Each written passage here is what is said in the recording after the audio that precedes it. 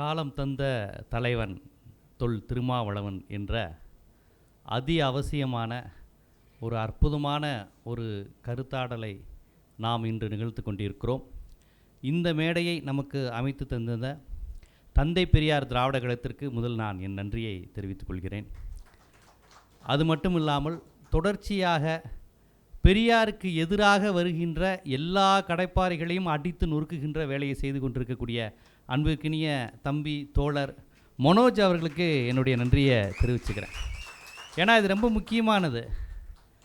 எல்லாத்துக்கும் ஒரு ஆரம்பம் வேணும் அப்படின்னு இந்த கமல் ஒரு படத்தில் சொல்லுவார், வசூல்ராஜ் MBBSல. அது மாதிரி இதை ஒரு பணியாக நீங்கள் போங்க ஒரு விஷயங்களில், நான் இதை பார்த்துக்கிறேங்கிற மாதிரி டோனில் தோழர் மனோஜ் இந்த விஷயத்தை தொடர்ச்சியாக செய்துக்கிட்டு இருக்கிறாரு. அதை உண்மையிலே நம்ம எல்லாருமே பாராட்டணும். பெரியாரியவாதிகள், அம்பேத்கரிய மார்க்சிய சிந்தனையாளர்கள் எல்லோரும். ஏன்னா அவங்க நம்ம செய்ய வேண்டிய எல்லா பணியும் சேர்த்து அவர் செஞ்சுக்கிட்டு இருக்கிறார். அதை நம்ம பாராட்டணும் முதல்ல. அப்புறம் இந்த நிகழ்வுக்கு அடுத்ததாக சிறப்பான உரை நிகழ்த்திருக்கக்கூடிய நமது மரியாதைக்குரிய அண்ணன் தோழர் வன்னியரசு அவர்கள், இதற்கு முன்பு உரையாற்றிய மூத்த ஊடகவியலாளர் அண்ணன் செந்தில்வேலு அவர்கள், திராவிடர் விடுதலை கழகம் தோழர் அன்பு மகேஷ் அவர்கள், ஒரு வெண்மணி அவர்களுடைய கட்சிங்களா? சரி, ஓகே ஓகே, சரி, எல்லாம் திராவிட கட்சி தான். சரி, மகிழ்ச்சி. அவையோர் அனைவருக்கும் என்னுடைய வணக்கத்தை தெரிவிச்சுக்கிறேன். இப்போ இந்த நேரத்தில் நாம் இன்று இளைஞர்களை அரசியல்படுத்த வேண்டிய நிலையில் நம்ம இருக்கிறோம். நம்ம இளைஞர்கள் தான் அவங்களுக்கு டார்கெட்டு. ஏன்னா அவங்கள்ட்ட என்றைக்குமே எண்ணிக்கை பலம் இருந்ததில்லை. கூட்டம் ஃபுல்லாக அம்ம தான். இவனை தான் பிடிச்சிட்டு போய் நமக்கு எதிராக திட்ட வைக்கிறது, பெரியாருக்கு எதிராக பேச வைக்கிறது, விடுதலை சிறுத்தைகளுக்கு எதிராக அவதூறு பரப்ப வைக்கிறது. யார் நம்ம பையில வச்சு தான் பண்ண வைப்பாங்க. அப்போ நம்ம இளைஞர்கள்ட்ட நம்ம உரையாட வேண்டிய அவசியம் இருக்குது. நாம் உரையாடாமல் விட்டதனுடைய விளைவு தான் இந்த வலதுசாரி பத்திரிகைகள்லாம் இளைஞர்கள்ட்ட உரையாடுது. அரசியலற்ற ஒரு பெரிய கூட்டம் உருவாயிருச்சு. இன்றைக்கி நான் விவாதங்களில் விஜய்க்கு பின்னாடி அரசியலற்ற ஒரு கூட்டம் இருக்குது அப்படின்னா, அந்த விஜய் ஆதரவாளர்கள் என்னை பார்த்து கேட்குறாங்க, அதை உருவாக்குனது நீங்கள் தானே அப்படி. இதில் என்னடா பெருமை இருக்குது? அதாவது அரசியலற்ற கூட்டங்கிறத ஒத்துக்கிறாங்க. அரசியலற்ற கூட்டமாக இருக்குது, ஒரு திராவிடம்னா தெரியல, இந்துத்துவம்னா தெரியல, தேசியம்னா தெரியல, இப்படி ஒரு கூட்டம் உருவாயிருச்சுன்னா அந்த விஜய் ஆதரவாளர்கள் என்னை பார்த்து கேட்குறாங்க, அப்போ இத்தனை ஆண்டு கால திராவிட ஆட்சியில் தானே இது உருவாக்கியது அப்படிங்கிறாங்க. அப்போ தற்கூறி நீ சொல்லிருக்கிறியா? அதை பெருமையாக சொல்கிறியா? நீ முட்டாளுங்கிறத மறுக்க முடியல, நீங்கள் தானே உருவாக்குனீங்க எங்களை அப்படிங்கிறாங்க. அப்போ நம்ம எப்பேற்பட்ட ஆட்கள்கிட்டலாம் நம்ம வடிவேலு சொல்கிற மாதிரி எப்படி சிக்கியிருக்கோம் பார்த்தீங்களா? நம்ம சீமான் ஒரு பக்கம், விஜய் ஒரு பக்கம், எப்படியாவது இவங்களை வச்சு நம்ம எதுவும் பண்ணிட முடியாதான்னு துடிக்கின்ற வலதுசாரிகள் கூட்டம். வலதுசாரிகள் என்றைக்குமே அதுதான், பெரியார் காலத்துலேருந்தே அதுதான். நேரடியாக மோதி பார்ப்பாங்க. பிற்படுத்தப்பட்ட ஒடுக்கப்பட்டவர்லேருந்தே ஒருவரை எடுத்து பெரியாருக்கு எதிராக பேசுவாங்க. குலக்கல்வி திட்டத்தை ராஜாஜி கொண்டு வந்தபோது ஆதரித்த ஒரே கட்சி தமிழரசு கழகம், மாப்போசியோட தமிழரசு கழகம். குலக்கல்வி திட்டத்தை ஆதரித்த ஒரே கட்சியாக தான். காங்கிரஸ் கூட ஆதரிக்கலை, காமராஜர் ஆதரிக்கலை. காங்கிரஸில் இருந்த நான்பிராமி லீடர்ஸ் எல்லாருமே எதிர்க்க ஆரம்பிச்சிட்டாங்க ராஜாஜியை. ஆனால் மாப்போசியை ஆதரித்தார். அதை நம்ம அப்படி புரிஞ்சிக்கக்கூடாது, இப்படி புரிஞ்சுக்கணும். இன்றைக்கி விவாதங்களை வலதுசாரிகள் ஒரு விளக்கம் தருவாங்களா, அது மாதிரியான விளக்கத்தை மாப்போசி அன்னைக்கே தந்தார். இந்தியை திணித்த போது ஆதரித்த ஒரே கட்சி தமிழரசு கழகம், மாப்போசி. பெரியார் இந்தியை அழிச்சிட்டு போனால் இவர் மண்ணெண்ணையை ஊற்றி அதை திருப்பி இந்தியை கொண்டு வேலையை பார்த்தாங்க. தமிழ்நாட்டில் தமிழ் பார்ப்பனர்களை வைத்து திருமணம் செய்யக்கூடாது, தெலுங்கு பார்ப்பனர்களை வைத்து திருமணம் செஞ்சால் தான் சமஸ்கிருத உச்சரிப்பு நல்லா இருக்கும் என்று சொல்லியவர் மாப்போசி. இப்போ யாருன்னா மாப்போசி யார்? மாப்போசி ஒரு ஒடுக்கப்பட்ட சமூகத்தை சேர்ந்தவர். புரியுதுங்களா? எங்கேருந்து அவங்க அடிப்பாங்கங்கிறது புரிஞ்சுக்கோங்க. இன்றைக்கி சீமான் மாதிரி தான், அந்த கடப்பாறைகள் மாதிரி தான். ஸோ இதை நம்ம எப்படியாக நாம் எதிர்கொள்ளணும்? நம்மளை மாதிரியே கருப்பாக இருக்கிற ஒருத்தன் நம்மளை கல்லை விட்டு அடிக்கிறான், நம்ம மொழி பேசுகிறவன் நம்மளை கல்லை விட்டு அடிக்கிறான். பிற்படுத்தப்பட்ட ஒடுக்கப்பட்ட இடஒதுக்கீடு வேணும்னு சொல்லக்கூடிய ஒரு கூட்டம் இன்றைக்கி பெரியாருக்கு எதிராக பேசுது, விடுதலை சிறுத்தைகளுக்கு எதிராக பேசுது, திராவிட இயக்கங்களுக்கு எதிராக பேசுது. அப்போ அவனுக்கு முன்னால் புரியலை. ஜென்டில்மேன் அப்படிங்கிற ஒரு திரைப்படம் வந்தது. அந்த படம் இடஒதுக்கீடுக்கு எதிரான படம். ஆனால் அந்த படத்தை பார்த்த இளைஞர்களுக்கு எத்தனை பேருக்கு அந்த படம் இடஒதுக்கீடுக்கு எதிரான படம்னு தெரியும்? அது ஜிக்கு புக்கு ரயில் மட்டும்தான் அவனுக்கு தெரிஞ்சிச்சு. அதுதான் சுஜாதாவுடைய இது. சுஜாதா வசனம். அந்த படத்தில் வந்து பார்த்திங்கன்னா 91 குளோபலைசேஷன் வருது இந்தியாவுக்கு, சந்தையை திறந்து விட்றாங்க. குளோபலைசேஷன் வருவதன் மூலமாக தனியார் மயம் அங்கே வருது, பொதுத்துறைகள் மூடப்பட்டு தனியார் துறைகள் வருது. இங்கே வந்து இடஒதுக்கீடுக்கானதில் மண்டல் கமிஷனில் இடஒதுக்கீடு அவன் கொடுக்குறான். விபி சிங் போராடி ஏதோ கிடைக்கிது. ப்ரைவேட் செக்டாரை கொடுத்துட்டு இடஒதுக்கீடும் கொடுக்குறாங்க. நல்லா கவனித்து பாருங்கள். ப்ரைவேட் செக்டாரில் இடஒதுக்கீடு கிடையாது. கவர்மெண்ட் செக்டாருக்கான வாய்ப்புகளை குறைச்சிட்டு இடஒதுக்கீடையும் அவங்க உருவாக்குறாங்க. இந்த நேரத்தில் தான் ஜென்டில்மேன் திரைப்படம் வருது. அந்த படத்தில் நல்லா பாருங்கள், இடஒதுக்கீடுக்கு எதிராக இருக்கும். இடஒதுக்கீடுக்கு எதிரான கருத்தியல். அரசு கல்லூரிகளில் பார்ப்பன மாணவர்கள் படிக்க முடியல, எல்லாம் பாருங்கள் சலுகையில் வந்துடுறாங்கன்னு ஒரு பொய் பிரச்சாரம். இது என்ன ஏதுன்னே தெரியாமல் நம்ம ஆட்களுக்கு கைத்தட்டி அந்த படத்தெல்லாம் ஓட வைக்கிறாங்க. அதற்கப்புறம் நீண்ட நெடிய காலத்துக்கு பிறகு பேராண்மைன்னு ஒரு படத்தை ஜனநாதன் எடுத்தார். பார்த்துருப்பீங்கன்னு நினைக்கிறேன். பேராண்மைன்னு ஒரு திரைப்படம். அது இடஒதுக்கீடுக்கு ஆதரவாக வந்த படம். ரொம்ப வெளிப்படையாக பழங்குடியினர் ஒடுக்கப்பட்டவர்கள் வந்து மேலே வருவதை எப்படி தடுக்கிறாங்கங்கிறத ஒரு சொன்ன திரைப்படம் ஜனநாதன். ஏன் சொல்கிறேன்னா, இங்கே பிரச்சனை வந்து நம்ம எதிரி நேரடியாக இல்லை. பல நேரங்களில் பார்ப்பனர்கள் தலித் பாலிடிக்ஸ் பேசிடுறாங்க. ஆனால் பிசி உக்காந்துக்கிட்டு ஆண்டி தலித்து பேசுகிறாங்க. யார் நம்மளோட இருக்கணுமோ அவங்க நமக்கு எதிராக நிற்கிறாங்க. நம்ம எதிரிகள் ரொம்ப தெளிவான அரசியல் பேசுகிறாங்க. அதை நீங்கள் புரிஞ்சுக்கணும். அது பெரியார் காலத்திலேருந்தே நடக்கிறது தான். அப்போ இந்த மாதிரியான நேரத்தில் தான் விடுதலை சிறுத்தைகளுடைய தலைவருடைய நிலைப்பாடு என்னவாக இருக்கிறது? நான் ஒரு தமிழ் தேசியவாதி. இதை அழுத்தமாக சொல்லக்கூடிய தலைவர் எழுச்சி தமிழர் தொல் திருமாவளவன் இருக்கிறார். ஒருபோதும் நான் தமிழ் தேசிய அரசியலிலிருந்து பின்வாங்க மாட்டேன். ரொம்ப தெளிவாக இருக்கிறார். ஈழ அரசியலில் ஒருபோதும் பின்வாங்காத தலைவர் விடுதலை சிறுத்தைகளின் தலைவர் தொல் திருமாவளவன் தான். இன்னும் பேர் முதற்கொண்டு வன்னி அரசுகளாக தான் இருக்குது பேர். ஏன்னா ஈழ அரசியல் என்பது விடுதலை சிறுத்தைகளினுடைய அடிப்படை கொள்கை சித்தாந்தம். மலைச்சாமி அவர்கள் அந்த கட்சியை வச்சுருந்த போது DPI, Dalit panthers of India, அதை மொழிபெயர்ப்பு செஞ்சால் எப்படி விடுதலை சிறுத்தைகளாக மாறும்? தலித் பேந்தர்ஸ் ஆஃப் இந்தியாவை மொழிபெயருங்க, விடுதலை சிறுத்தைகள்னா வருது. அப்போ எப்படி வச்சார்? இவருக்கு சிறுத்தைகள் எங்கேருந்து வந்தது? புலிகள்லேருந்து வந்தது, ஈழத்திலிருந்து வந்தது. அங்கே புலிகள், இங்கே சிறுத்தைகள். இவர் தமிழீழ தலைவரை முன்மாதிரியாக கொண்டு தான் கட்சியை வைக்கிறார். விடுதலை புலிகள், இங்கு விடுதலை சிறுத்தைகள். அதிலிருந்து தான் அவருடைய இது வருது. அவருடைய போராட்டங்கிறது இந்திய எதிர்ப்பு. 83, 84 அங்கே ராஜீவ்காந்தி இந்தியை திணிக்கும் போது மதுரையில் அடி வாங்குறாரு எழுச்சி தமிழர் டிபிஐயில். அப்போ இப்படியாக இந்திய எதிர்ப்பு, ஈழ ஆதரவின் மூலமாக அரசியல் களத்தை கொண்டு வந்தவர் வந்து விடுதலை சிறுத்தைகள். இன்று காலகட்டத்தில் தமிழ் அரசியல், தமிழர் அரசியலுங்கிறது என்னவா போயிருக்கு? ஒருவர் யார் தமிழருங்கிறதையே சாதியை கேட்டு நம்ம முடிவு பண்ணிக்கணும். இல்லைன்னா தெலுங்கர்கள் வந்துடுவாங்க, கன்னடர்கள் வந்துடுவாங்க, இப்படி தான் தமிழருங்கிற பேரில் தெலுங்கரும் கன்னடரும் வந்துட்டாங்க அப்படிங்கிற அரசியல் இருக்குன்ற நிலையில் திருமாவளவன் அவர்கள் தமிழ் தேசியம் பேசுகிறார். என்ன தமிழ் தேசியம்னா சாதி ஒழிப்பே தமிழ் தேசிய அரசியல் என்று பேசுகிறார். அதுதான் உண்மையான தமிழ் தேசிய அரசியல். அதுதான் பெரியார் கூறிய தமிழ் தேசியங்கிறது. அதுதான் சாதியை ஒழிச்சாதான் தமிழன். சாதி அடிப்படையில் தமிழை யாருன்னு கண்டுபிடிப்பது? தமிழின பகைவர்கள், ஆரிய அடிவருடிகள். இந்த பெரியாரிய பார்வையில் தெளிவாக இருப்பவர் தான் விடுதலை சிறுத்தைகளின் தலைவர் தொல் திருமாவளவன். நீங்கள் நல்லா கவனித்து பாருங்கள். நான் எந்த கட்சி பேரும் சொல்லலை. தமிழ்நாட்டில் விடுதலை சிறுத்தைகளை விட்டுருங்க, பிற தலித் கட்சிகள் பேரெல்லாம் மனசில் வாங்கிக்கோங்க. தென் தமிழகத்தில் இருக்கக்கூடிய ஒரு பட்டியல் சமூகத்தின் கட்சி பேரை வச்சுக்கோங்க, ஒரு 2-3 கட்சி பேர். அந்த கட்சிகள்லாம் இப்போ யாரோட கூட்டணியில் இருக்கிறாங்க? அந்த கட்சியில் எல்லாம் பெரியார் எதிர்ப்பு கட்சிகள். தென் தமிழ்நாட்டில் இருக்கக்கூடிய ஒரு ஒரு அதிகப்படியான எண்ணிக்கைக்கு இருக்கக்கூடிய ஒரு பட்டியல் சமூக கட்சியை வச்சுக்கோங்க. 2-3 கட்சி இருக்குது. அந்த கட்சிகள்லாம் என்னவா இருக்குது? பெரியாரை எதிரியாகவும் திராவிடத்தை எதிரியாகவும் வைத்துக்கொண்டு பாரதிய ஜனதாவுடன் கூட்டணியில் இருந்து கொண்டு நாங்கள் ஆண்ட பரம்பரை என்று பேசக்கூடிய நிலைக்கு போயிட்டாங்க. உங்களுக்கு வட தமிழகத்தில் இருக்கக்கூடிய ஆதி திராவிட கட்சிகள் பட்டியல் சமூக கட்சியில் எடுத்துக்கோங்க. உங்களுக்கு தெரிஞ்ச கட்சிகள் பேரெல்லாம் வச்சுக்கோங்க, எந்த கட்சி பேரையும் சொல்லலை. எல்லாம் அம்பேத்கர் படத்தை போட்டுக்கிட்டு ஆர்எஸ்எஸ் ஆதரவாளர்களாக செயல்படுறாங்க. சென்னை திருவள்ளூர் பகுதியில் இருக்கக்கூடிய தலித் கட்சிகள் எடுத்துக்கோங்க, அவர்களும் அப்படி தான். யார் உங்களுக்கு எதிரினா பெரியார் எதிரி, திராவிட எதிரி, திராவிடத்தால் வீழ்ந்தோம். இதை சொல்லாத ஒரே தலித் கட்சி என்னவாக இருக்குது? விடுதலை சிறுத்தைகள் மட்டும்தான்.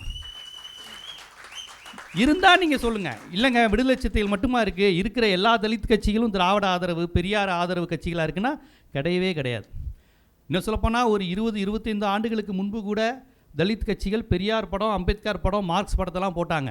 இப்போ அவர்கள் பெரியார் படத்தை போடுறது கிடையாது. ஏன்னா திராவிடத்தால் தான் நாம் வீழ்ந்தோம் அப்படிங்கிற அரசியலுக்குள்ளே போய் நீங்களாம் தமிழ் சாதி, தேவேந்திர குல வேளாளர்கள் தமிழ் ஜாதி, பறையருங்கிறவன் தூய தமிழன், நீ எதுக்கு அருந்ததியரையும் சேர்த்துக்கிட்டு தலித் அரசியல் பேசுகிற? நீ ஏன்பா அருந்ததியர்களை பேசுகிற? அவங்க தெலுங்கு பேசுவாங்க, கன்னடம் பேசுவாங்க. பறையருங்கிறது மூத்த குடி, சாம்பவா, இது தமிழ் தான், இதுதான் பார்ப்பனருக்கு மூத்த குடி. நீ எதுக்கு சக்கிலியரோடு சேர்ந்துட்டு தலித்துங்கிற அடையாளத்தை சேர்த்துக்கிற? தேவேந்திரர்களும் அதான் சொல்கிறாங்க. நம்ம ஒரு நிலவுடைமை சமூகம், நம்ம எதுக்கு பார்க்க நம்மளை கீழே இருக்க பறையர்களுடைய அருந்ததிகளோடு சேர்த்துக்கிட்டு தலித்துங்கிற அடையாளத்தை சுமக்கணும்? திராவிட கட்சிகள் நம்மளை இப்படி ஆக்கிருச்சுன்னு. இந்த ஆர்எஸ்எஸ் ஐடியாலஜிக்கு கிட்டத்தட்ட எல்லா தலித் கட்சிகளும் பலியாயிட்டாங்க. பலியாகாத ஒரே கட்சி விடுதலை சிறுத்தைகள் தான். அவருக்கு எவ்வளவோ வலை விரிச்சாங்க, எவ்வளவோ இந்துத்துவ அமைப்புகள் பேசி பார்த்தாங்க. பெரியாரை திட்டுங்க, திராவிட இயக்கத்தை திட்டுங்க, பெரியாரிடந்து விடுபடுங்க, இந்த தமிழர்னு பேசாதுங்க, பறையர் அரசியல் மட்டும் பேசு. பெங்களூர் குணான்னு ஒருத்தர் இருக்கார், எவ்வளோ அழகாக பறையர் அரசியல் பேசுகிறாரு. நீங்கள் ஏன் பேச மாட்டேங்கிறீங்க? பறையர் அரசியல் பேசு, அது மூலமாக தமிழ் தேசியம் பேசு. இங்கே இருக்க தெலுங்கு கன்னடர்களை எதிர், உழைக்கும் தொழிலாளர் இருக்கிற அருந்ததியர்களை எதிரியாக பாரு. இந்த அரசியலாக பெங்களூர் குணா உருவாக்கின அரசியல் தான். இந்த அரசியல்லாம் விடுதலை சிறுத்தைகளுக்கு 30 ஆண்டுகளுக்கு முன்பே தெரியும். அதெல்லாம் தெரியாமலாம் கிடையாது. இன்னும் சொல்லப்போனால் தமிழ்நாட்டின் பெரும்பான்மை சமூகம் 2 சமூகம் தான் எல்லாருக்கும் தெரியும், வன்னியரும் பறையரும். அப்போ பெரும்பான்மை சமூகமாகவும் இருக்கிறாங்க, தமிழ்குடி சமூகம் அவங்க வரையறைப்படி தூய தமிழராகவும் இருக்கிறாங்க. இயல்பாக அந்த அடிப்படைவாத அடையாள அரசியலுக்குள் போய் இந்துத்துவ அரசியலுக்கு போய் நல்லா பணம் பண்ணலாம், நல்லா திராவிடத்தை திட்டலாம். இன்றைக்கி அதுக்கு நல்ல மார்க்கெட்டு. உண்மையிலே இன்றைக்கி திராவிட எதிர்ப்பு பெரிய மார்க்கெட்டுங்க. அதுவும் தமிழர் தெலுங்குற அரசியல் கண்ணாபுண்ணா மார்க்கெட்டு.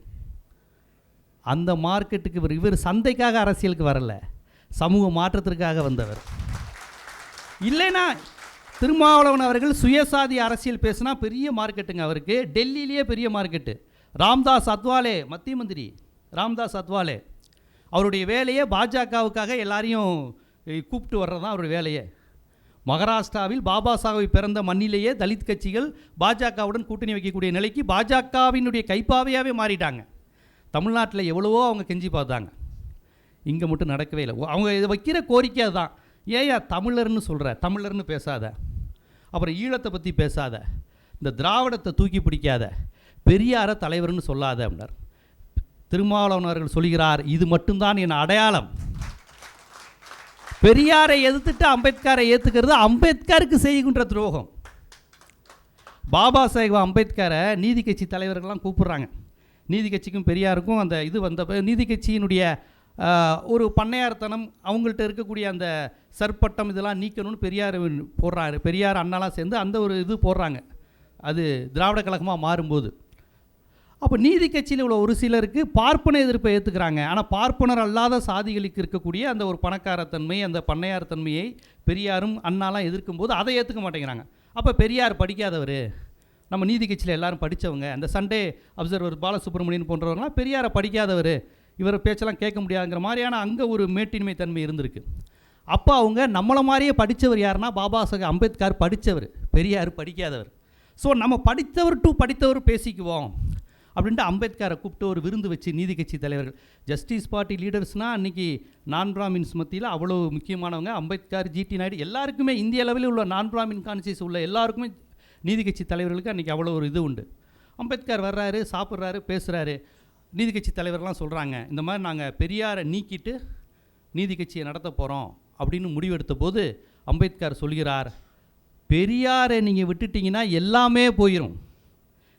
இங்கே தமிழ்நாட்டுக்கு சென்னைக்கு வந்து சொல்கிறாரு நீதி கட்சி தலைவர், நம்ம நீதி கட்சி தலைவர்கள், சென்னை மாகாண நீதி கட்சி தலைவருக்கு மகாராஷ்டிராவிலேருந்து வந்தக்கூடிய அம்பேத்கர் சொல்கிறாரு, பெரியாரை விட்டுட்டிங்கன்னா எல்லாமே போயிடும்ங்கிறார்.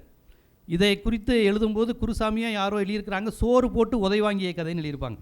அம்பேத்கருக்கு சோறு போட்டு பெரியாரை திட்டுங்க அப்படின்னு சொன்னப்போ உடை வாங்கிய கதை அப்படின்னு சொல்லியிருப்பாங்க. அப்போ கருத்தியல் ரீதியாக அவர் மராத்தியாக இருக்கலாம், தந்தை பெரியார் தமிழராக இருக்கலாம், ஆனால் 2 பேருமே சமூக நீதி சமத்துவங்கிற அடிப்படையில் ஒன்றா இருந்தாங்க. ஏங்க பாபா சாஹேப் அம்பேத்கர் மராத்தி, எந்த மராத்தியத்தில் அவருடைய சாதி ஏன் ஒழிய வேண்டும்ங்கிற நூலை வந்து மொழிபெயர்த்தாங்க?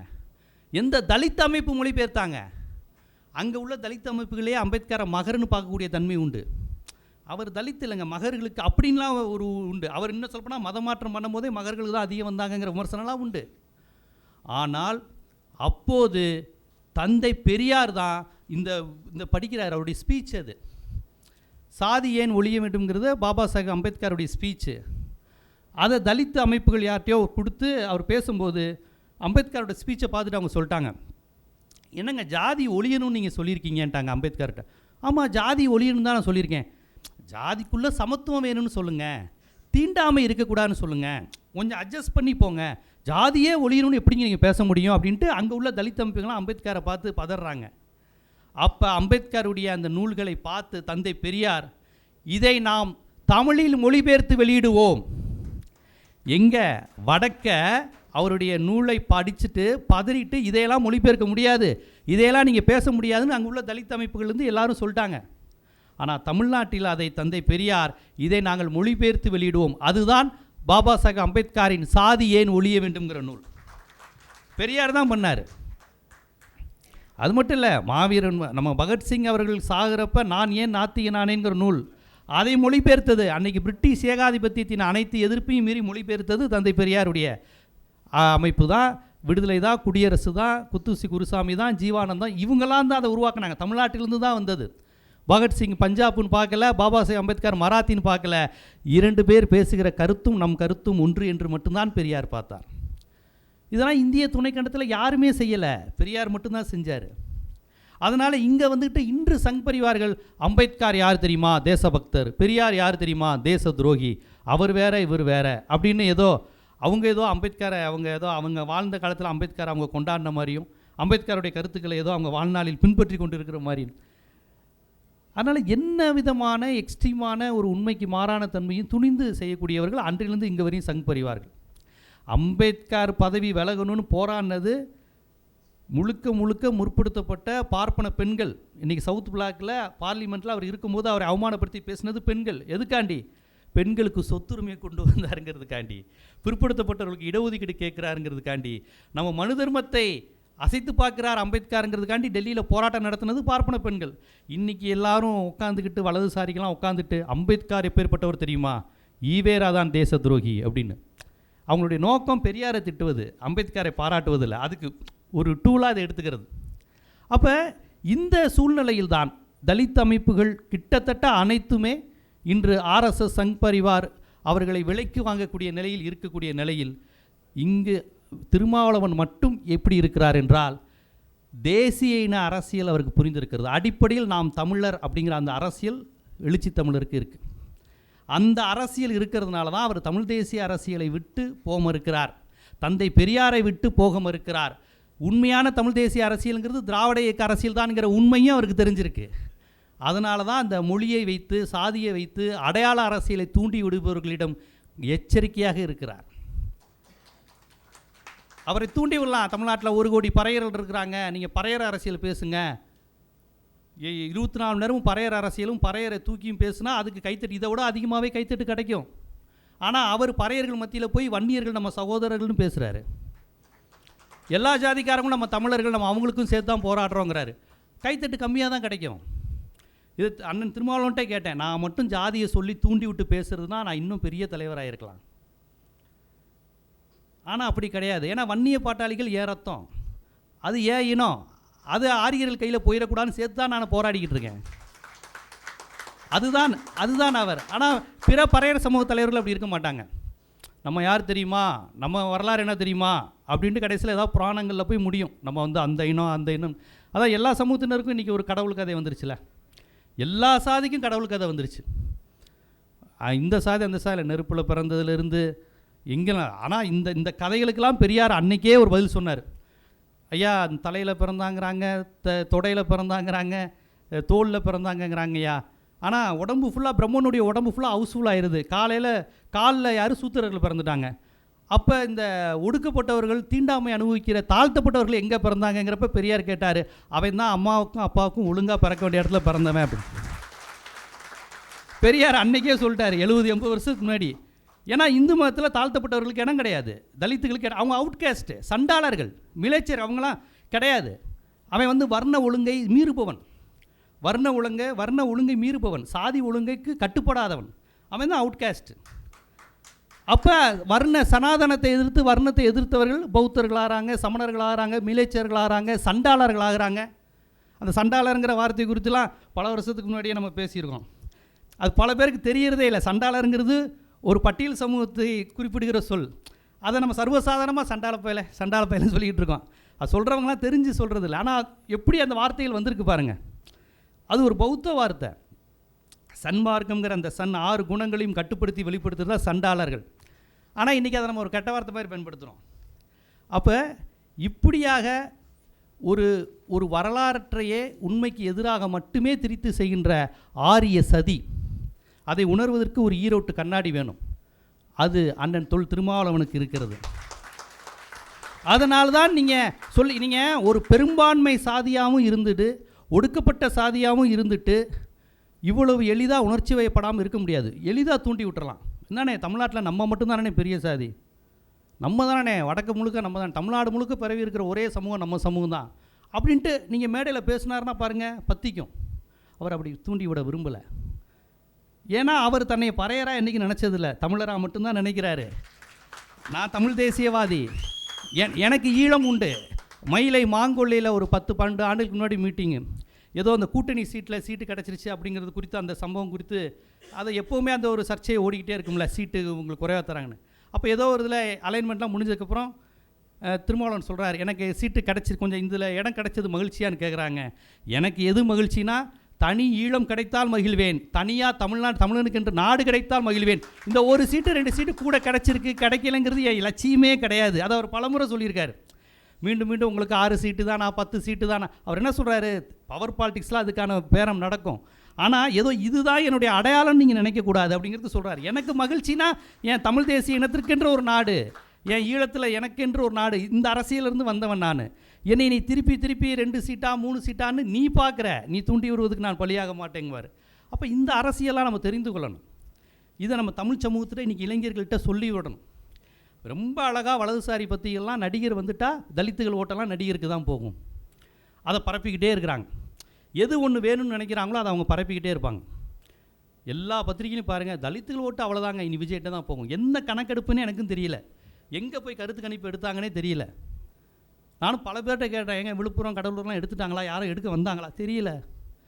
ஃபஸ்ட்டு 10%னாங்க, அப்புறம் 20%னாங்க, இப்போல்லாம் கேட்டால் 43-44% இருக்குங்க விஜய்க்கு. எங்கடா கருத்து கணிப்பு நீங்கள் எடுக்கிறீங்க?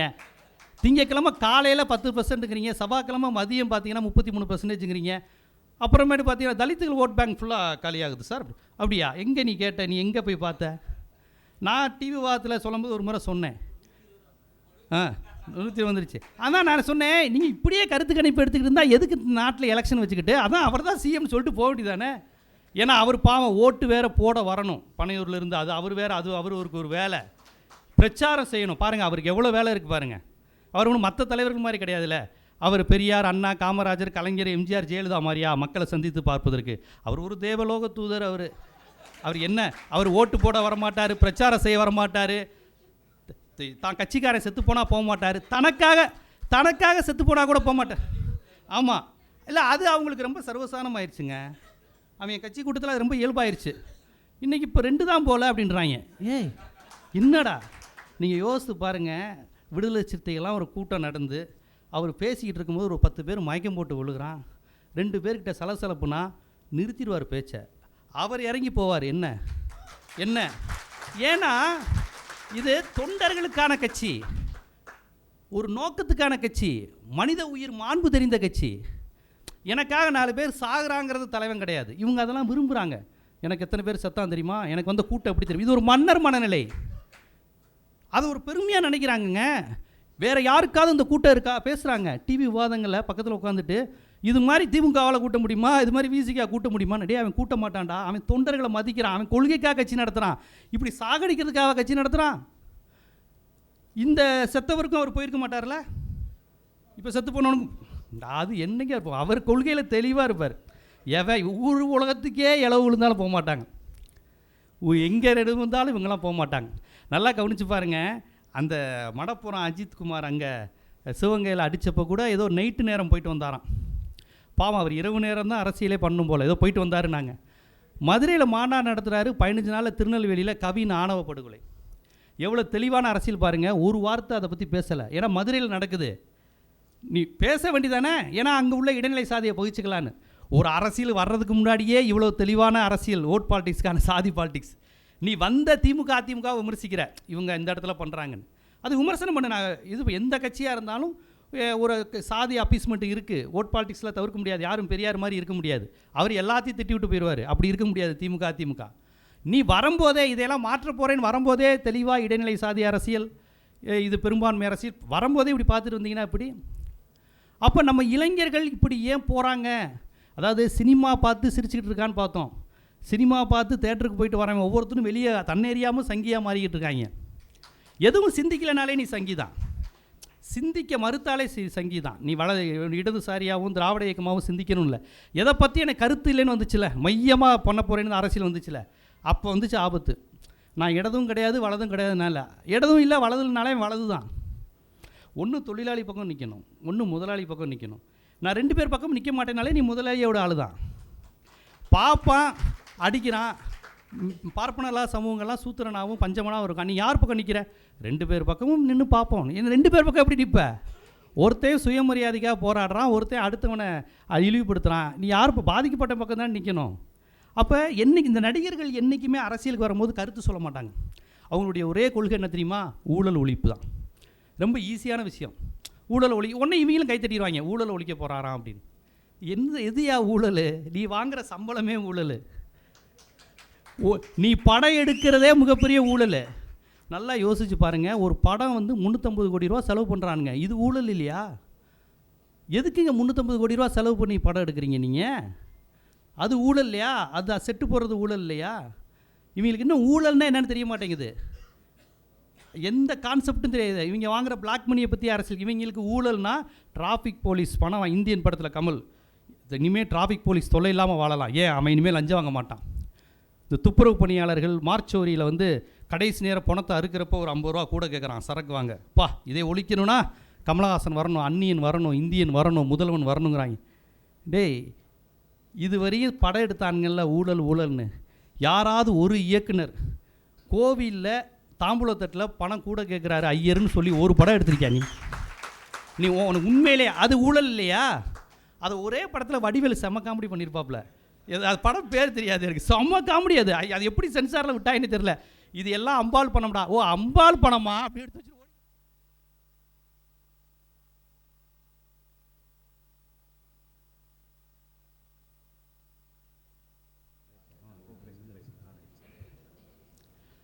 அப்போ நம்ம ஊரில் எது ஊழல்னு தெரியாது, எது சாதி ஒழிப்புன்னு தெரியாது. இந்த பாலச்சந்தர், மணிரத்னம், கமலஹாசன்லாம் எது சாதி ஒழிப்புனா பள்ளிக்கூடத்தில் சாதி கேட்குறாங்க, அங்கேருந்து தான் சாதி வளருதான்.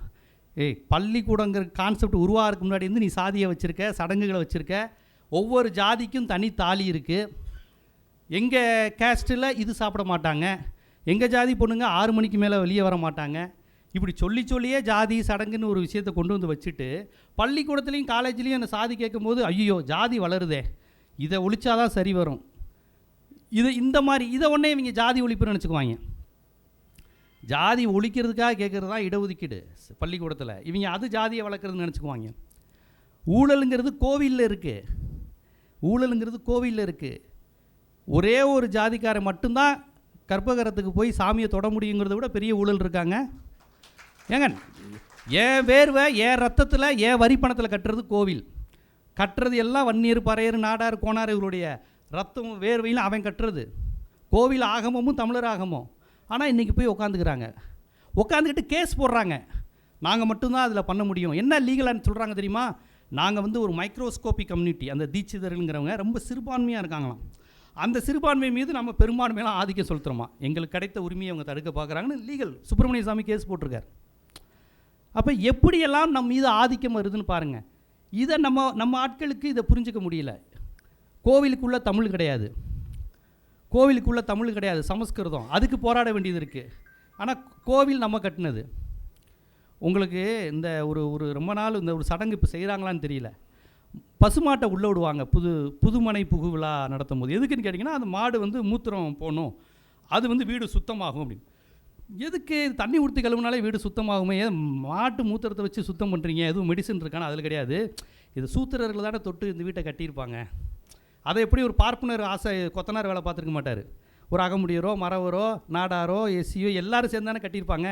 அவங்க தொட்டதுனால தீட்டாயிருச்சு, அதனால் அந்த சடங்கு செய்கிறோங்கிறாங்க. சரி, இதை பார்ப்பனர்கள் செஞ்சால் ஒரு அர்த்தம் உண்டு. இதை நாடாரும் கோணாரும் மரவரும் செஞ்சுக்கிட்டு இருக்காங்க. பசுமாடை ஐயர் கொண்டு வந்து உள்ளே விடுவார், நாங்கள் பணம் தந்து அனுப்புவோம். அது எதுக்கு பசுமாடை உள்ளே விட்றான்னு தெரியுமா? உன்ன மாதிரி ஆட்கள்லாம் தொட்டால் தீட்டு அசிங்கமாயிருச்சுன்னு சொல்லி கழுவுறான்.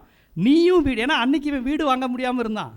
இன்றைக்கி திராவிட இயக்கம் பெரியார் இயக்கத்தில் இன்றைக்கி எல்லா மக்களும் படிக்கிறான், முன்னேறான், வீடு வாங்குறான். வீடு வாங்கினதுக்கப்புறம் பார்ப்பனருடைய அடிமைங்கிறது அந்த சடங்குகளை அப்படியே மெயின்டைன் பண்ணுறான். பார்ப்பனர்கள்ட்ட மட்டும் பேரம் பேசுகிறதே இல்லைங்க. நம்ம பாட்கள் கேட்குற காசை கொடுக்குறான். என்ன யாகம், என்ன எல்லாருமே தலித்து வன்னியர் எல்லாரும் பணக்காரன் ஆன உடனே அவர்களுடைய முதல் ஆசை நம்ம பிராமினுக்கு ஈக்குவலான கேஸ்ட்டுன்னு போயிடணும். நாங்கள்லாம் பீஃப் சாப்பிட மாட்டோம், நாங்கள் புரட்டாசி மாதம் கறிமீன் சாப்பிட மாட்டோம். யார்? சென்னையில் உள்ள மீனவர்கள் ஒடுக்கப்பட்டவர்கள் வாயிலேருந்து வருது இந்த வார்த்தையெல்லாம். அவன் கொஞ்சம் பணக்காரன் ஆகிட்டானா. புரட்டாசி மாதம் என்னையா இது புரட்டாசி மாதம், அச்சய திருதை, இந்த புது புது நிகழ்வுகள் இதெல்லாம் இருக்கிற வரையும் சாதி ஒழியாது, எழுதி வச்சுக்கோங்க. இந்த புது புது கொண்டாட்டங்கள் வருது பாருங்கள். நீங்கள் நாங்கள் சாதி பார்க்க மாட்டோம், கடவுள் நம்பிக்கை இல்லை, இன்டர் கேஸ்ட்லாம் பண்ணிக்கோன்னு சொல்லிவிட்டு சடங்குகளை நீங்கள் மெயின்டைன் பண்ணிக்கிட்டு இருந்தீங்கன்னா சாதி இருந்துக்கிட்டே இருக்கும். சடங்குகள் பண்டிகைகள் மூலமாகத்தான் மதம் வளர்ந்துக்கிட்டே இருக்குது. எல்லாமே எல்லா ஆதிக்கங்களும் அது மூலமாகத்தான் ஜோசியக்காரங்கள் இருந்து முதலாளிகள் இருந்து கார்ப்பரேட் கம்பெனிகள் வரையும் அது ஒரு விழாவாக கொண்டாடிக்கிட்டு இருக்கான். ஸோ இதையெல்லாம் நீங்கள் பகுத்து பார்க்கணுன்னா அடிப்படையில் நீங்கள் ஈரோட்டு கண்ணாடினா என்ன, தமிழர் அரசியல்னால் என்ன, இன்றைக்கி தமிழ் தேசியன்னு பேசுகிறவங்க எவ்வளோ பெரிய ஆபத்தாக இருக்கிறாங்க. இதையெல்லாம் நம்ம வந்து இளைஞர்கள் பயிற்றுவிக்கணும். அதான் விடுதலை சிறுத்தைகள் திருமாவளவன் அவர்கள் கர்நாடகத்துக்கு ஒரு முறை போகிறாரு. கர்நாடகத்தில் போகும்போது வட்டால் நாகராஜ் மாதிரி ஒரு குரூப்பு, வட்டால் நாகராஜா என்ன குரூப்புன்னு தெரியல, அந்த குரூப் தானே, அந்த குரூப் வந்து இவர் காரை அடித்து நொறுக்கி நிப்பாட்டிட்டாங்க, இவர் விட மாட்டேன்ட்டாங்க. வாட்டாள் நாகராஜ் திருமாவளவனை பற்றி சொன்ன வார்த்தை தெரியுமா? இவன் தாண்டா தமிழர்களுக்காக போராடிக்கிட்டு இருக்கிற தலைவன். வாட்டாள் நாகராஜ் சொன்னது இது எதுவுமே என்னுடைய கற்பனையோ இதெல்லாம் கிடையாது. இந்த தமிழ்னு பேசிக்கிட்டு இருக்கிறவன் இந்த தமிழர்களுக்காக காவிரி நீர் உரிமைக்காக பேசுகிற தலைவன். ஆனால் தமிழ்நாட்டுக்குள்ளே வந்தால் அவர் பறையர்களுக்காக பாடுபட்டுருக்கார், எஸ்சி அப்படின்னா. கன்னடத்துக்காரனுக்கு தெரியுது அது யாருன்னு, புரியுதுங்களா? நம்ம என்ன அரசியலில் இருக்கோன்னு புரியுதுங்களா? கன்னடத்துக்காரன் இங்கே எதிரியா, இங்கே தமிழ்னு பேசுகிற எந்த அமைப்பையும் அவர் எதிரியாக பார்க்கல, திருமாவளவனை தான் எதிரியாக பார்க்க. ஏன்னா தமிழர் தலைவர் அவர் தான் தெரியுது, காவிரி பிரச்சனைக்காக நிற்கிறது அவர் தான் தெரியுது, முல்லை பெரியாருக்காக அறிக்கை விடுகிற கட்சி, போராடுகிற கட்சி அதுன்னு புரிகிறது. நம்ம இடதுசாரி தோழர் கூட நட்பாக இருப்போம். ஆனால் முல்லை பெரியார் பிரச்சனை வரும்போது விடுதலை சிறுத்தைகள் சிபிஎம்மோட முரண்படுவாங்க. இல்லைங்க முல்லை பெரியார் தமிழர்களுக்கு வேணும், தேனி மாவட்டத்துக்கு வேணும், கம்பத்துக்கு வேணும்னு. அப்போ இப்படியாக தமிழர்களின் வாழ்வாதார நீராதார போராட்டம், இந்த தமிழர் அரசியலுங்கிறது சாதி ஒழிப்பு அரசியல். இப்படியாக பேசி பேசி அவர் வளர்க்கிறார். ஏன்னா சேரியில் புலிக்கொடியை பறக்க விட்டது விடுதலை சிறுத்தைகள் தானுங்க. 99 புலிக்கொடி பறந்துச்சு சேரிகளில், மூப்பனாரோட கூட்டணின்னு நினைக்கிறேன். புலிக்கொடிகள்லாம் இருந்தது. வேற இன்னைக்கு வந்து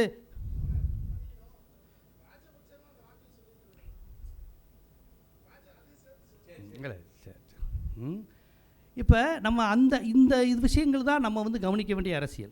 எப்பேற்பட்டவரை சாதி அடையாளத்துக்குள்ளே நீங்கள் இந்த சமுதாயம் பார்க்க வைக்கிது.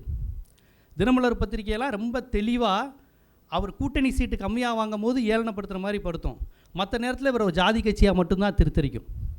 ஃபோட்டோவே எப்படி திரும்ப போடுவாங்க, திருமாவளவனை மீசியை முறுக்கிட்டு அப்படி ஒரு மாதிரி ஏதோ அப்படி நிற்கிற மாதிரி தான் கைலி சித்திரம் போடுவாங்க. நான் பலமுறை இதெல்லாம் சொல்லி, என்னங்க ஃபோட்டோ இவ்வளோ கேவலமாக போடுறாங்க. அப்புறம் அவர் ஏதாவது கண்ணை இறந்து இருக்கிற மாதிரி ஃபோட்டோ போடுவாங்க, கூட்டத்தில் அவரே தூங்கி விட்டார் அப்படி இப்படி சொரியிற மாதிரி. இந்த மாதிரிலாம் இதெல்லாம் திட்டமிட்டு நடக்கிறது.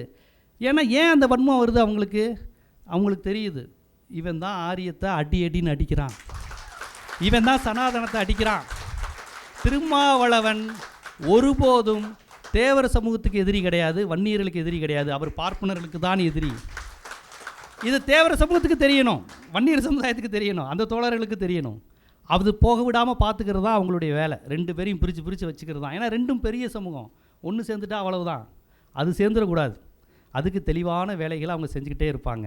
அவர்களுக்கு மிகப்பெரிய தடையாக இருப்பதே விடுதலை சிறுத்தைகள் தான். எப்படியாவது தமிழ்நாட்டில் ஒரு சங்கியை உண்டாக்கணும், சாதி கலவரத்தை உண்டு பண்ணிடணும்னு நீங்கள் யோசித்து பாருங்கள். இங்கே நடக்கிற சாதிய ஒடுக்குமுறை ஒவ்வொன்றின் போதும் அந்த பிரச்சனையை பக்குவமாக தான் விடுதலை சிறுத்தைகள் பேசுவாங்களே ஒழிய இதான் சாக்குன்னு அந்த சாதியை தூண்டி விட்டு அவர் பேசினதே கிடையாது. பேசியிருந்தால் பெரிய கலவரமாக இருக்கும். அதைத்தான் சங்கி விரும்புகிறாங்க. அவனுக்கு பிசி மேலேயும் அக்கறை கிடையாது, எஸ்சி மேலேயும் அக்கறை கிடையாது. அவங்க 2 பேருமே அவங்களுக்கு கீழே தான், காலிலேருந்து வந்தவன் தான், அடிச்சுட்டு சாகணுங்கிறதா விருப்பம். அது நடக்க மாட்டேங்குதே. திருமாவளவன் இருக்கார்ல, நடக்க மாட்டேங்குது. பெரியார் இயக்கம் இருந்தால் தள்ளி விட்டு போயிடுவாங்க. ஆனால் விடுதலை சிறுத்தைகளே நிற்கும் போது அவங்களால ஒன்றும் பண்ண முடியலை. இன்றைக்கி மதுரையில் பசும்பொன் பாண்டியன் போன்றவங்க விடுதலை சிறுத்தைகளுக்கு அரணாக இருக்கிறாங்க. அவர் என் தம்பி வந்து பாருங்கிறாங்க. டிஎன்டி பிரச்சனை இருக்குது. டிஎன்டின்னு ஒரு 68 சமுதாய பிரச்சனைகள் இருக்குது. பிரமலை கல்லர், மறவர், இருளர்னு. அந்த டிஎன்டி பிரச்சனைக்காக அந்த சமுதாயத்தை சேர்ந்த அரசியல் பிரதிநிதிகளே குரல் கொடுக்காத போது அந்த டிஎன்டி 68 சமுதாய மக்களுக்காக குரல் கொடுத்தது விடுதலை சிறுத்தைகள் தான். அந்த வேட்டுவ கவுண்டர் அப்படின்னு ஒரு 68 சமூகங்கள் இருக்குது. இருளர், பிரமலை கல்லர்னு. அவங்க மேடையில் அவர் ஏறி பேசினார். அதில் கூட சில சாதியவாதிகள் கற்றுனாங்க, எதுக்கு இவரையெல்லாம் மேடையில் ஏற்றுறீங்கன்னு. அவங்க உரிமைக்காண்டி தான் பேசுகிறாரு. அப்போ சமூகம் எப்படி இருக்குன்னு பாருங்கள். இதில் இருந்து தான் இன்றைக்கி விஜய்க்கு கூட்டம் வருது, சீமானுக்கு கூட்டம் வருது. திருமாவளவன் ஒருபோதும் போய் மூக்கியா தேவர் மாதிரி ஒரு தமிழர் கிடையாது, ஆனால் ஈவேரா மாதிரி ஒரு மோசமானவர் கிடையாதுன்னு திரும்ப பேச மாட்டார். ஆனால் அவரும் மூக்கியா தேவரை பற்றி பேசியிருக்காரு. திருமாவளவனும் மூக்கியா தேவரை பற்றி பேசியிருக்காரு. மதுரை பெத்தானியபுரம் நினைக்கிறேன், மதுரை பெத்தானியபுரம் காலவாசலில் மூக்கியா தேவருக்கு ஒரு விழா நடத்தினார். என்ன விழா? அவர் ஜாதி தலைவர் தானே அப்படின்னு எல்லோரும் பார்த்தீங்க. கச்சத்தீவு போராளி மூக்கியா தேவர்னு மதுரை மாப்பிள்ளனார் தேட்டரில் மீட்டிங் நடத்தினார். உண்மையிலே கல்லர் மறவர் ஆக முடியாது அந்த சமூகத்தை சேர்ந்தவங்களே மறந்துட்டாங்க. ஏன்னா மூக்கியா தேவருக்கு இப்படி ஒரு பரிணாமமா? திருமாவளவன் பேசுகிறாருங்க, 1 மணி நேரத்துக்கு மேலே பேசுகிறாரு. கச்சத்தீவில் அந்த கச்சத்தீவு நம்ம இந்திரா காந்தி பறித்த போது செலியன், ஃபார்வர்டு பிளாக் மூக்கியா தேவர், நாஞ்சில் மனோகரன் இவங்க தான் குரல் கொடுத்து கச்சத்தீவு ராமநாதபுரம் சேதுபதி தீவுன்னு பேசுகிறாங்கங்கிறத திருமாவளவன் ஒப்பிக்கிறாரு. அப்படியே மனப்பாடமாக சொல்கிறார். சேது தீவு, சேதுபதி மன்னர்களின் தீவு. அதுக்காக குரல் கொடுத்தவர் மூக்கியா தேவர் எம்பி, நாடாளுமன்ற உறுப்பினர். நமது உரிமை கச்சத்தீவு, அதன் போராளி மூக்கியா தேவர் நினைவு போற்றுவோனர். மூக்கியா தேவருடைய மகன் விடுதலை சிறுத்தைகள் இருந்தார், தெரியுமா உங்களுக்கு? மூக்கியா தேவர் இனி உங்களுக்கு வட தமிழகத்தில் உள்ள விடுதலை சிறுத்தைகள் கூட அந்த வரலாறு தெரியாது, கொஞ்சம் தெற்க உள்ளவங்களுக்கு தான் தெரியும். மூக்கியா தேவருடைய மகன் மூக்கியா பசும்பொன், அவர் பேரையே திருமா பசும்பொன்னு மாற்றிக்கிட்டு அவர் இருந்தார். மதுரை மேயர் தேர்தலில் வேட்பாளராக இருந்தார். இதெல்லாம் யாருக்கு, விடுதலை சிறுத்தைகளை பற்றி இதெல்லாம் யாருக்கு தெரியும்? விடுதலை சிறுத்தைகள் எஸ்சி கட்சி, அவங்களுக்கும் பாமகவுக்கும் ஆகாது, வன்னியர்களுக்கும் அவங்களுக்கும் ஆகாது, ஆகக்கூடாது. எவ்வளோ ஆசை. அவர் எல்லா தளங்களிலும் தமிழராக ஒன்றிணைன்னு மட்டும்தான் அவர் போராடிக்கிட்டு இருக்கார். இல்லாட்டி மூக்கியா தேவர் மகன் அவர் கட்சியில் சேருவாரா? அது நடந்தது. அப்போ இப்படி ஒரு தலைவரை காலம் தந்த தலைவன் தான். இப்படி ஒரு தலைவன் இல்லைன்னா அந்த காலத்தை நினைத்து கூட பார்க்க முடியல என்னால். யோசிச்சு பாருங்கள். மற்ற தலித் தலைவர் மாதிரியே திரும்பவும் இருந்து இன்றைக்கி பறையர் சமுதாயம் தமிழ்நாட்டின் பெரும்பான்மை சமுதாயம் நின்றுட்டு நம்மளை மீற யார் அப்படிங்கிற மாதிரி பேசுகிற ஆளாயிருச்சுன்னா என்ன ஆகும்? முழுக்க காவி கொடியாயிரும். தொட்டுப்பார், நீங்கள் மட்டும் தான் 12%, நாங்களும் 12%ன்னு பேச ஆரம்பிச்சு. அவர் என்னைக்காவது பெரும்பான்மைவாதம் பேசியிருக்காரா திருமாவளவன்? ஆனால் அவர் பெரும்பான்மை சாதியை தான் கூட்டமாக வச்சுருக்காரு. அவர் நினச்சிருந்தா அந்த பெரும்பான்மை சாதிவாதத்தை பேசலாம்ல. வன்னியர்களும் பறையர்கள் 2 பேருமே பெரும்பான்மை சமூகம். ஆனால் அவர் ஒரு முறையும் பெரும்பான்மைவாதத்தை பேசுகிறதே இல்லையே. தமிழ்நாடு முழுவதும் இருக்கிறாங்களே, அவர் அந்த மாதிரி பேசலையே. இப்போ மற்ற தலித் அமைப்புகளே திருமாவளவன்ட்டு அதை தான் சொல்கிறாங்க. பறையர் அரசியல் பேசியா நீ என்னைக்கியா தமிழருங்கிற, எந்த தமிழையும் அவனை ஏற்றுக்க போகிறான்? ஈழ அரசியல் பேசுகிற, எல்லாம் சாதியவாதி இல்லையா? திருமாவுக்கு அதுவும் தெரியும். இருந்தாலும் அறம் என்று ஒன்று இருக்கிறது, உண்மை என்று ஒன்று இருக்கிறது, வரலாறு என்று ஒன்று இருக்கிறது, வருங்காலம் என்று ஒன்று இருக்கிறது. நான் வன்னியரையும் பறையரையும் ஒரு தாய் பிள்ளையாக தான் பார்ப்பேன். 2ம் ஒன்று தான். அவங்களுக்காக தான் அம்பேத்கர் பாடுபட்டார், அவங்களுக்காக தான் பெரியார் பாடுபட்டார். அந்த பிள்ளை நான் அப்படி தான் பேசுவேன். அதனால் எனது கட்சியில் உள்ளவர்கள் ஒருபோதும் சாதிய வன்மத்தை தூண்டுபவர்களாக இருக்க மாட்டார்கள். நமக்கு எதிரி பார்ப்பன அரசியல் தான். அவன் கொஞ்சம் தள்ளி தான் இருக்கிறான். நமக்கு பக்கத்தில் உள்ளவன் தான் டக்குன்னு ஈஸியாக போடுவான். வடிவேல் சொல்கிற மாதிரி நான் பக்கத்தில் கைக்கு வாக்காக இருக்கிறவன் அப்படிங்கிற மாதிரி வன்னியர் பறையர் பக்கத்தில் இருக்கிறனால அடிச்சுக்கிட்டே இருக்காய். உண்மையில் 2 பேருமே ஒன்று சேர்ந்து போராடணும். அந்த அரசியலை தான் கட்சி தொடங்கிய காலத்திலேருந்து அவர் எடுத்துக்கிட்டு இருக்கிறார். இன்னும் சொல்லப்போனால் மலைச்சாமி அவர்கள் விடுதலை சிறுத்தைகள் இந்த இவருடைய சமூகம் கிடையாது, மலைச்சாமி சமூகம் வேறு. அப்போ இந்த விடுதலை சிறுத்தைகளுடைய தொடக்கத்தில் இருந்தே இது ஒரு சுயசாதி மறுப்பு இயக்கமாகவும், தமிழர் இயக்கமாகவும், சமூக நீதி இயக்கமாகவும், இந்திய எதிர்ப்பு போராட்டம், திராவிட இயக்க சிந்தனை கொண்ட அமைப்பாகத்தான் விடுதலை சிறுத்தைகள் இருக்கிறது. அதனால தான் இந்த கட்சியை மட்டும் அவங்க குறி வச்சு தாக்குறது. மற்ற கட்சியெல்லாம் நாங்கள் வந்து ஆண்ட பரம்பரைன்னு சொல்லிடுறாங்களே, இவர் ஒருத்தர் தானே ஆண்ட பரம்பரைன்னு சொல்ல மாட்டேங்கிறாரு. ஆண்ட பரம்பரை அப்படிங்கன்னா இன்றைக்கி இத்தனை மன்னர்கள்லேருந்து இத்தனை ஆண்டு காலம் நம்ம உண்மையிலே ஆண்டு இருக்கோமா? மூளையாக யார் இருந்திருக்கிறாங்க? பாண்டிய மன்னருக்கு ஒரு பார்ப்பனர் இருந்திருப்பார், சோழ மன்னருக்கு ஒரு பார்ப்பன ஜோதிடர் இருந்திருப்பார். 2 பேரையும் மோத விட்டுட்டு அவங்க அனுபவிச்சுக்கிட்டு இருக்கிறாங்க. அதுதான் நடந்தது. அதைத்தான் அண்ணன் திருமாவளவன் அவர்கள் சொன்னாங்க. அந்த அரசியல் கூட அது தந்தை பெரியார் பேசின அரசியல் தானே. அவர் தஞ்சை பெரிய கோயிலை பார்த்துட்டு பெரியார் வந்து வானலாவிய குட்டிச்சோறு அப்படின்னாரு. பெரியார் மாதிரிலாம் போல்டாக யாரும் பேச முடியாது. அவருக்கு சோழராது, பாண்டியராது, கண்ணகியாவது, கற்பாவது தூக்கி போட்டு போயிட்டே இருப்பார். அது ஓட்டு பாலிட்டிக்ஸ் பேசுகிறவங்களுக்கு தான் இதெல்லாம் தேவை. பெரியார் அதையெல்லாம் போட்டுருவார், இது என்னது அப்படின்னு. அதனால் பெரியார் பேசிய அரசியல் தான் இன்றைக்கி ஒன்றே அண்ணன் திருமாவை அவங்க குறி வைக்கிறாங்க. அதாவது நாம் மக்களாட்சி அடிப்படையில் அப்போ இயல்பாகவே மன்னருங்கிற தன்மையிலேருந்து விலகி தானே நம்ம வந்திருக்கிறோம். அப்போ இன்றைக்கி நமக்கு திருமாவளவனுடைய செயல்பாடுங்கிறது பெரியாரிய அடிப்படையில், தமிழ் தேசிய அடிப்படையில், அம்பேத்கரிய அடிப்படையில், மார்க்சிய அடிப்படையில் எல்லா விதத்திலும் இந்த காலத்திற்கு தேவையான தலைவராக, ஆளுமையாக அவர் இருக்கிறார். எல்லா சமுதாய மக்களும், ஒட்டுமொத்த தமிழ் சமூகத்துக்கும் தேவையான ஒரு தலைவராக இருக்கிறார். அதை ஒவ்வொரு தமிழர்களிடம், குறிப்பாக நம்ம இளைஞர்களிடமும், டிவி பார்த்துக்கிட்டு இருக்கிற, செல்ஃபோன் பார்த்துக்கிட்டு இருக்கிற நம்ம இளைஞர்கள்ட்ட போய் சேருங்க. இல்லைன்னா கொரியன் பாய்ஸ் யாரோ பிடிஎஸ்னு ஒரு டான்ஸ் குரூப் இருக்கான், அதுக்காக சாகுறேங்குதுங்க நம்ம பிள்ளைங்க. அந்த அவனை மாதிரி தான் ஒரு மாப்பிள்ளை வேணும் அப்படிங்குது. பிடிஎஸ்னு ஒரு குரூப் இருக்கான் கொரியன். ஒருத்தர் என்னென்னா மஞ்சள் வீரன், இது டிடிஎஃப் வாசன், இவரை மாதிரி பைக் ஓட்டணும்னாங்கிறான். நம்ம பையனுங்கெல்லாம் நல்லா கவனித்து பாருங்கள், இந்த மாதிரி போகிற பசங்க யாரும் பார்ப்பனர்கள் கிடையாது. எல்லாம் வன்னியர், தேவர், நாடார், பறையர் பசங்க தான். இந்த மாதிரி மோகத்தில் வீணாகிறது. யாராவது பார்ப்பனர்கள் அப்படி இருக்கிறாங்களா? பார்ப்பனர் விட்டு பசங்க கிடையாது. ஃபுல்லாக இதை தான் பெரியார் சொன்னார், அவன்கிட்ட இருந்து கற்றுக்கோ அப்படின்னாரு பெரியார். அப்போ நம்ம அதைத்தான் இந்த டிடி வாசன் பின்னாடி, விஜய் பின்னாடி, அஜித் பின்னாடி, இதைத்தான் திருமாவளவன் ஒரு 15 வருஷத்துக்கு முன்னாடியே சொன்னார். என் பக்கம் ஏன்பா கூடுறீங்க? நான் என்ன நடிகைகளை சுற்றி வந்திருக்கேனா, கட்டி பிடிச்சிருக்கேனா, என் பக்கம் ஏன்பா வரீங்கன்னார். இந்த 2011 தோல்விக்கு பிறகு ரொம்ப வேதனையோடு பேசினார். வன்னியர்கள் ராமதாஸுக்கு ஓட்டு போடல, பறையர்கள் எனக்கும் ஓட்டு போடல, எல்லாம் சினிமா நடிகர்களுக்கு தான் ஓட்டு போடுறீங்கன்னு அப்பயே சொன்னார். 2011 தோல்வியின் போதே அவர் பேசின இது, இப்படி நடிகர்கள் பின்னாடி போகாதீங்கன்னு. இன்றைக்கி வரையும் தலித்துகளையும் வன்னியர்களையும் அவன் நடிகர் பின்னாடி போகணுங்கிறது தான் வலதுசாரிகளுடைய திட்டம். இப்போ எல்லா டிவி டிபேட்லேயும் உட்காந்துட்டு தலித்து ஓட்டு அவுட்டுன்னு பேசிகிட்டு இருக்கிறாங்க. அவுட் ஆக வேண்டியது தலித்து ஓட்டுகள் கிடையாது. அவர்கள் வெற்றி பெற வேண்டியது இந்த பெரியாரிய திராவிட இயக்க சித்தாந்தம். அதுதான் திருமாவளவனின் கனவு. அதனால தான் அவர் காலம் தந்த தலைவர் என்பதை கூறி வாய்ப்புக்கு நன்றி கூறி விடைபெறுகிறேன். நன்றி.